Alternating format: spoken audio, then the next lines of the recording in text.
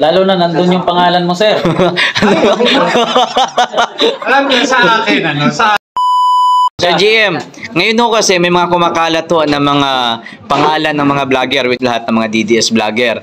Na yun po sa mga kumakalat ho na ito, picture na nakalagay lahat ng pangalan ng mga DDS vlogger, ay umano, pinapahanap lahat ng mga vlogger kasi gusto daw ipagorgor. So what's your opinion about this? Na dating police at saka dating ano din sa PIDEA?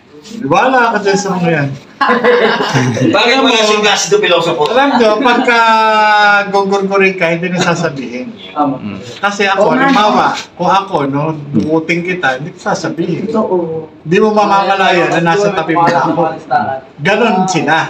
Kaya pagka gugurgurin kayo, hindi na mag-a-announce na mag-focus. Hindi nga, maparinig ka ng bigla sa or, chechembuhan ka na makukuha ka ng yanong-yano at saka ka ipapakrimi. Lalo na nandun yung pangalan mo, sir. Alam mo, sa akin, sa akin lang, pagka ako pinodas, papasalamat pa nga ako. Kasi pahinga na. Hindi na ako maglalaban. Hindi na ako maglilinis ng bahay. Wala nang magagalit sa akin. Di ba? Tahimik na. Di ba?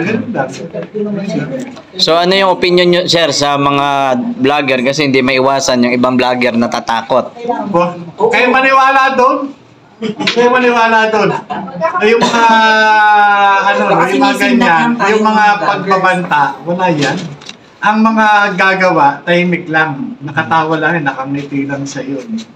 Kung ako kukunin kita, ni anumang katiting na indicator, hindi mo mararamdaman. Kasi unang-una, ang trabaho ng maggugurgor, i-avoid yung detection. Ina-avoid yan na ma-detect mo sila. Kasi pag na-detect ka ng target mo, hindi, mahihirapan ka.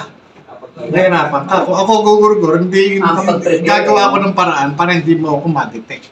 Ganun lang yun, vice versa. Saka idagdag ko doon, dito Okay, GM, sir. Kasi meron tayong mga pulawan ng mga vloggers. Dapat isipin din natin na sila din yung mga nasa likod nito, pagpapangalap nito. Bakit kanyo? Sino ba yung numero unong panay nating namumura dyan? Sino ba yung mga numero uno na panay nagtotrolling sa atin? Di yung mga pulang awan. Diba? Kaya ako, bagamat sinasabi ni Tito JM na kung talagang may gagawin sa atin, gagawin na lang yan. No, mas makakabuti pa rin po na mag-ingat tayo. At kahit may banta o wala, dapat nating mag-ingat, dapat tayong mag-ingat dahil alam naman na natin ang nature at pag-uugali ng administrasyon na to. Wala sa tanong. Kung ang mga malalaking tao kaya nilang gurgurin, how much more tayo pa kaya? Sige. Simple advice. Yeah. Kahit na sinong lanang, kay dilaw, kay pula, kay berde, o ano man, ignore. Mentras nyo binabanggit, mentras nyo pinapansin, mas lalong natutuwa yan. Ignore nyo lang. Para mawalan sila ng isa-isa. Kahit anong palinirapan ng mga yan, huwag nyo pansinin. Ituring yung hindi nyo nakikita, ituring yung hindi nyo nababasa. Pag pinansin mo yan, tuwang-tuwa yan mga yan. Magmumukha kang bagito. Last na lang po to, Tito JM, dagdag ko, no? Kung ating ang PIDEA agent Morales, no? Talagang diretsahan, inimbestigahan pa sa Senado, kinasuhan, no? Hindi natatakot na mag-gurgor. Ano lang ba tayong mga vlogger na nagpaparting lang naman ng totoong ulat sa bayan? Pareho lang. Kung pagkukubusan ng oras, gagastusan, si Bigotillo para lang ipapatay, no? Palagay mo, sino ang mas matimbang na para patayin? Si Bigotillo o si J.M. Morales? Si J.M. Morales ang itutugba. So kung ang ating PIDEA agent hindi takot, nakikita ninyo, lumalabas, walang kasama. Lalo na si Bigotillo. Tayo mga madungis lang tayo ng mga vlogger Palagay ba ninyo, pag-aaksaya nila tayo ng panahon?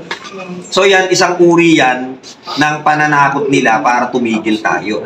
Ngayon, kaya kayo nandito dahil maisog kayo. Yun.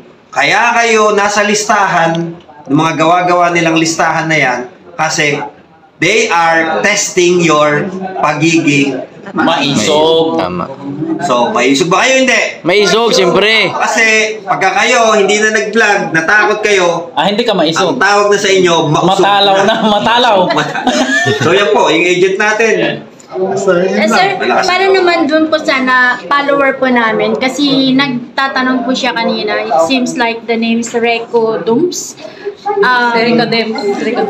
Reco Dums.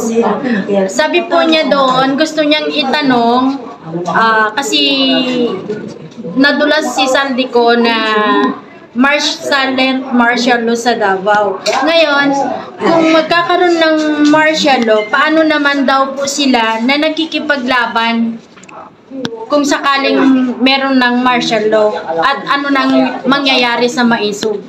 Alam nyo, So, can you inspire them para po mawala yung agam-agam o takot ko? day one pa lang, doon sa KOJC, doon na operation, may mistula ng martial.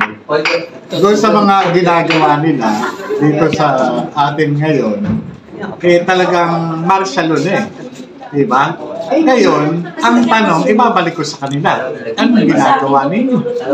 Diba? Bakit kayo pumapayag?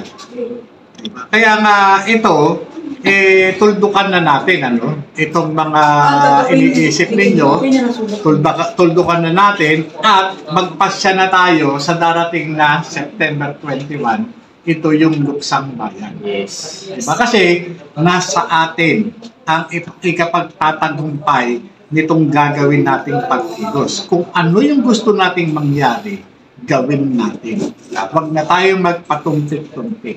Diba? Lahat ng mga iniisip natin, lahat ng mga pangarap natin, itodo na natin. Itodo na natin. Dahil tatanggalin natin yung empleyado natin na walang ginawa kundi ipahamak ang bansa natin. At panghuli na lang. Thank you. Sige. Okay, sir. Sige, sir. Continue. Alam niyo po kasi, ang kamatayan, parte yan ng life cycle. Yes. Kasi pagka hindi tayo namatay, hindi na kumpleto yung life cycle natin. Ngayon, katulad ng palagi ko sinasabi, lagi po kayong kasama sa mga leaders forum natin. Lagi kong ginigising yung kamalayan ng mga kababayan natin na maalala nila yung isang dakilang obligasyon natin sa ating bansa na nakasulat doon sa titik na liriko ng pambansang awit. So, kung ikaw takot kang mamatay nang dahil sa bayan mo, hindi ka Pilipino at wala kang karapatan na maging isang totoong Pilipino. Kasi sabi nga sa isang kanta, sabi nila, may anting-anting ako. Pero di nila alam na Diyos ang dugo ko. Yan po ang maisog. Magandang gabi sa inyo lahat. Thank you, Sir GM. Maraming salamat po. Maraming